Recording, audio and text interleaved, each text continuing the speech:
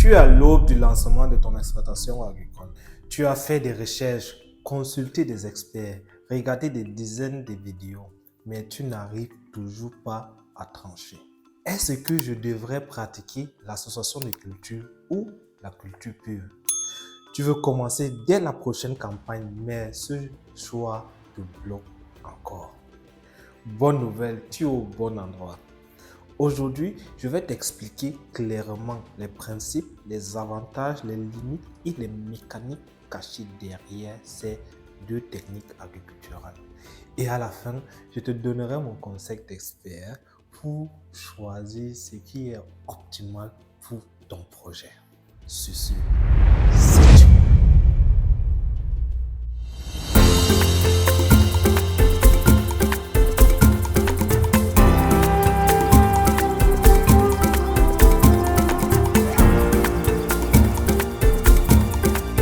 Salut à toi, greetings et bienvenue sur AgricBull. Moi, c'est Emmanuel, jeune agronome spécialisé en production végétale.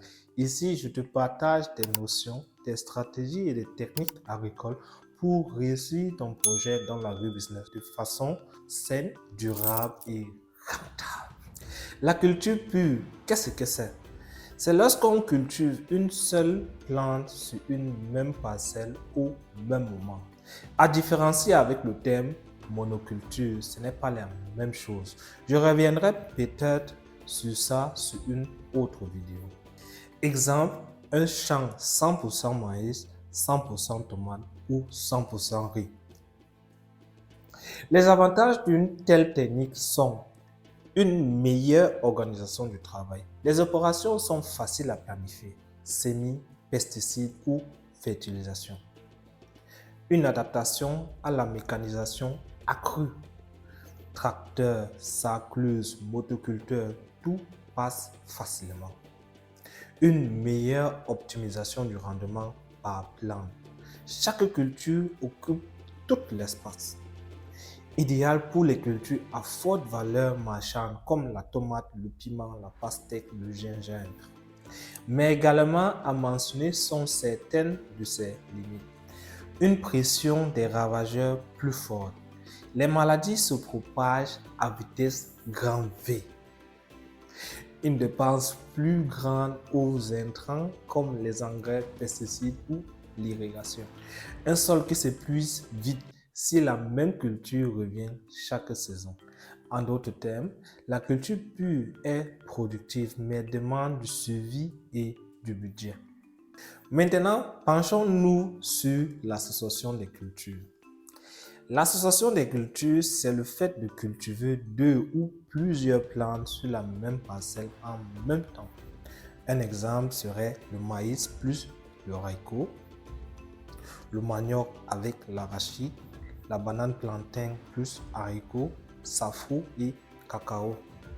Les avantages à elles sont une utilisation optimale de l'espace. Les plantes se complètent mutuellement. Une réduction naturelle des maladies et ravageurs. Un insecte qui attaque le maïs n'attaquera pas le haricot. Moins de mauvaises herbes. Les plantes couvrent le sol plus vite et de manière uniforme. Une amélioration de la fertilité. Certaines plantes, comme le soja, enrichissent le sol en fixant de l'azote dans le sol. Moins d'engrais, ce qui équivaut à une réduction des coûts. Une sécurisation des revenus. Si une culture échoue, l'autre rattrape. Les limites de l'association des cultures sont une gestion complexe. Chaque culture a ses exigences et si mal gérées, les plantes s'étouffent. Un rendement individuel plus faible, ce qui est normal vu que tu repartis les ressources. Cette technique est difficile à mécaniser. La plupart des machines ne fonctionnent pas en mix. Donc, l'association, c'est la sécurité et la durabilité, mais elle demande plus de réflexion. Association ou culture pure, que choisir? Alors, quelle technique est la meilleure? La réponse est simple. Aucune n'est meilleure en soi. Le bon choix dépend de ton objectif. Choisis la culture pure si Tu veux du rendement élevé sur une seule culture, si tu as un budget moyen à élever, si tu veux mécaniser une grande partie du travail. Ou encore, si tu produis des cultures exigeantes comme la tomate, l'oignon, la pastèque, le piment, l'igname, le riz. Choisis l'association si tu veux réduire les coûts en engrais, si tu veux sécuriser tes récoltes, si tu travailles sur une petite ou moyenne surface, si tu veux restaurer ton sol ou si tu veux limiter les risques et diversifier tes revenus, en d'autres termes, être plus résilient. Exemple concret pour le Cameroun, maïs et haricots, association gagnante, manioc plus arachide, top en zone forestière, banane plus plantain, classique et rentable, sorgho plus niébé, parfaite en zone de savane. Mon conseil d'expert, commence par une association intelligente si tu débutes. Elle t'offre sécurité, diversité et réduit tes charges. Ensuite, au fur et à mesure que tu maîtrises, tu peux passer à la culture pure sur une partie de ta surface, surtout si tu vises un marché précis comme la tomate ou l'oignon.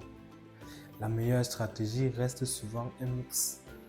Une parcelle en culture pure pour une spéculation rentable et une parcelle en association pour sécuriser le revenu et enrichir le sol. Dis-moi en commentaire, tu préfères quoi pour ton projet? Association, culture pure ou un mix selon les saisons. Si cette vidéo t'a aidé, abonne-toi à Agricule, like et partage pour soutenir d'autres agripreneurs comme toi. Et comme toujours, set your mind et fonce dans ton projet agricole. À très bientôt pour une nouvelle vidéo tout aussi énergisante.